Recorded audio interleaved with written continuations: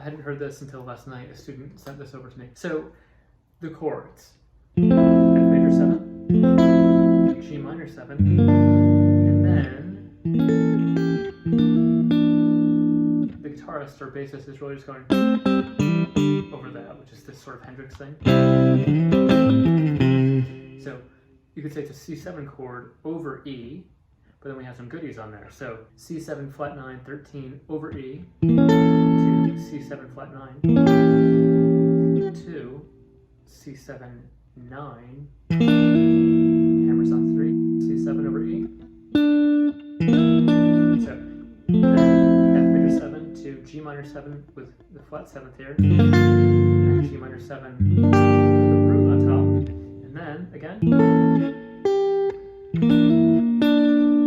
So effectively that's 1 major 7, 2 minor 7, 5 7, first inversion, 5 7.